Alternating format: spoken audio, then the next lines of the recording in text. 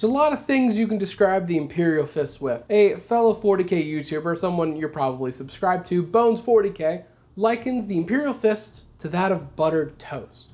They're pretty plain, pretty basic, pretty simple, but at the end of the day, buttered toast is still pretty good. Myself, I personally liken the Imperial Fist to dwarves, but taller. For a long time, before the Votann came out, which even then, the Votann, like lore-wise, haven't really been touched, so kind of still.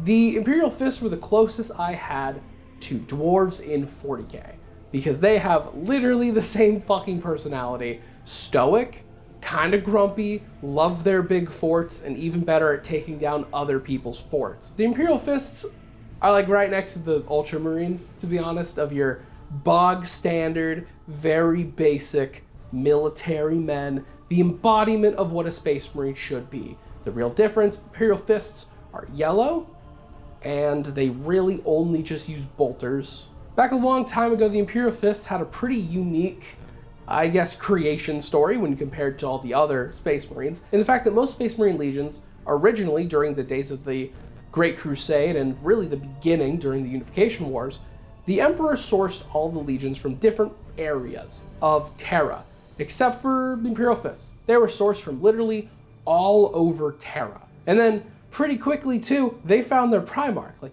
really soon into the Great Crusade. So the Imperial Fists have a really nice starting point where the Imperial Fists were able to grow alongside their Primarch. At the point of Rogal Dorn's discovery, 70% of the Legion, which around that time was like, I think around 10,000 to 100,000 men, was like 70% aspirants, which are like your trainees, your newly inducted Space Marines. So this entire Legion got to work right next to their father. An absolute rarity when you read the backstory of most other legions. And as well, this imparted a real strong sense of loyalty. Rogal Dorn was stupidly loyal to the Emperor, and all the Imperial Fists were staunchly loyal to their newfound father, and grew underneath that loyalty to make one big like loyalty circle that just kept feeding itself, like a loyalty perpetual motion machine. And that promptly is where I'm done talking about the Imperial Fist backstory. Because of the fact that in the actual Horus Heresy and stuff, the Imperial Fists were so staunchly working with their Primarch, essentially go watch my Rogal Dorn video I made, and then just picture like a fuck ton of little yellow, shorter Dorns. And that's really it. The only other prominent things they've been getting up to is just being involved in a lot of military conflicts and absolutely holding their fucking ground during the Black Crusade, like the 13th one during the Siege of Cadia, and also the fact that they took it down to one of the Blackstone fortresses by ramming the phalanx into the Blackstone fortress, kind of really messing with Abaddon's plan to crack the planet. That's good. Just didn't intend on Abaddon ramming his other Blackstone fortress into the planet instead. You can't really plan for that, to be honest. But what makes the Imperial Fists like actually unique? What makes up their deal? Now, on the surface, the Imperial Fists are what they seem like their Primarch. Staunch, stoic, kind of assholes. Just humorless, like, oh, these guys are just gruff and upset all the time. No. Those that actually get close to the Imperial Fist realize they are very passionate and pretty cool people, just they express it in weird ways because of their culture. Now, one of the big reasons for this is because the Imperial Fists don't believe in talking high and mighty about yourself. They don't believe in giving yourself accolades or talking hot shit about the stuff you've done. To Imperial Fist, if you've killed a big-ass monster or fought a really impressive champion, the next step is to go fight something stronger. Not tell everyone like, oh, I killed so-and-so, look at me. So it kind of, makes them boring at parties since they have no fun stories to tell. And also, they have some other interests, one actually that's both touching and a little morbid. So the Imperial Fist practice the art of scrimshaw, which for those that don't know, is like engravings and carvings and art made out of bone, primarily whalebone, done by like sailors. Here's some actual examples of scrimshaw. And they do this to the skeletal hands of their fallen battle brothers from a battle that they received accolades from.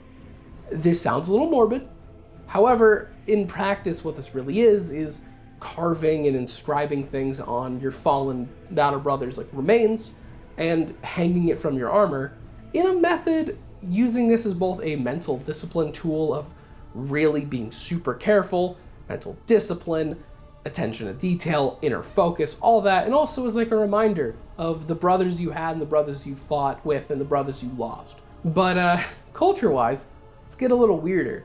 So, the Imperial Fists have a really fun relationship to pain in a method that gets a little weird. So, the Imperial Fists have this funny little device called the Pain Glove. This isn't an actual glove, it's like a bodysuit, a full bodysuit you put on. It stimulates all your pain neurons to activate whatever fun method of pain that they want and give you the most excruciating experience of your life without actually damaging you. And they do this to meditate and for spiritual enlightenment, to connect with their past Primarch Rogel Dorn. It's weird, okay? Rogel Dorn used this to achieve inner focus because the Imperial Fist and Dorn believed that pain is the ultimate teacher, and that through pain you can understand peace and understand yourself. Doesn't erase how fucking weird this is, obviously. Putting yourself in a big suit to hurt yourself, it's fucking weird. They do it though, and it gets a little stranger. So, the Gene Seed. The Gene Seed, one thing it does is it does mess with your personality. It's a reason why a lot of Space Marines kind of act the same in their own chapter, because you impart a bit of the Primarch's personality, and then over time this gets a little fucked with. First and foremost, 2 your organs are gone. 1, just kind of for funsies, it feels like this organ's missing from a lot of Space Marines, the Belcher's gland, which is the thing that produces acidic spit. You can't spit in someone's face and have it melt, I guess.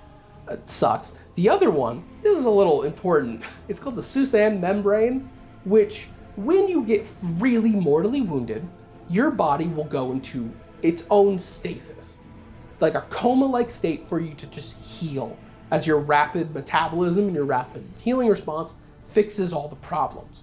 Or you just don't wake up if it's really that bad. They don't have this either. So, when the Imperial Fists experience a really, really bad injury on the battlefield, they keep going. They keep pushing it. And there's a chance that in their subconscious there's something pushing them to get that said injury, because pain is the ultimate teacher. This is something the chapter's aware of, and the chapter's hoping to address. Because obviously having your soldiers seeking out horrific pain doesn't lead to won battles. Because you mix this with the fierce, stubborn personality of the Imperial Fist. They're standing in the open, defending a spot, arms flying off, legs exploding. They're still standing strong, holding their bolters, shooting at the enemy. And really, that's the fun of the Fists. They're pretty standard. Like I said, there's not a lot to get into. The only other little thing I could mention is their own psychic tree. This like geomancy thing. It isn't full like earth bending. A lot of it is like mental strength and fortitude. It's something, I guess. They're pretty basic. Other than that, the Imperial Fists have a lot of really interesting, successor chapters. The really popular one is the Black Templars. I don't fuck with them. Not my vibe, but some people do. The one I do fuck with, because it's really funny, my favorite is called the Hammers of Dorn, who, one, have a really cool paint scheme. I would have started collecting them, but I have 2 existing armies that I collect. The paint scheme is black and gold. I play the Black Legion and I play Shadowkeeper Custodes. I can't have a third. But the entire personality of the Hammers of Dorn is they believe the Ultramarines are a bunch of pussies and too lame to follow their own Primarch's Codex Astartes.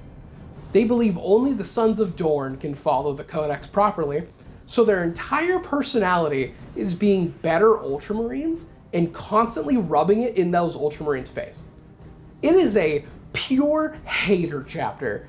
Their entire existence is out of spite and pissing off at a person who doesn't even fully acknowledge their existence, even to the point where their biggest rival is the word bearers, because they believe that the Ultramarines aren't fucking cool enough to kill all the word bearers. You know, the Ultramarines who have a literal fucking timer that's been going on since the Battle of Calth that'll end the moment the last word bearer is fully killed. It is so funny. On one hand, this is really sad behavior to have a person in a group live in your head this rent-free. But on the other hand, I really respect this pure hater energy. Oh, fuck the Ultramarines, I agree. But really, that's it. It's a pretty basic chapter. And I think it's kind of fun, honestly. I think you can have a really nice, simple chapter. I do put them still in the same camp as the Ultramarines. I think that they are your two really fucking basic examples of what a Space Marine is. Honestly, I wouldn't have been surprised if Games Workshop went with the Imperial Fist as their big, like, flagship poster boys. I think legitimately the only difference is blue is a much nicer color, like painting-wise and visually, than this bright-ass yellow. This one looks better on posters, I'll be real. But also, the Imperial Fists have a soft spot in my heart. I got into 40k through Dorn, and then read about the Imperial Fists and some of their characters. I have a lot of fun reading them. Sigismund's great. I love Torgaradon and his stupid fucking power fist that's as big as his head and torso. That's ridiculous. I wish they were stronger when I was actively playing 40k. But no, they were the worst army when I got into the game in 9th edition. But yeah, that's gonna wrap it up. So if you like this, like, comment, subscribe, do that stuff. Join my membership, and see ya.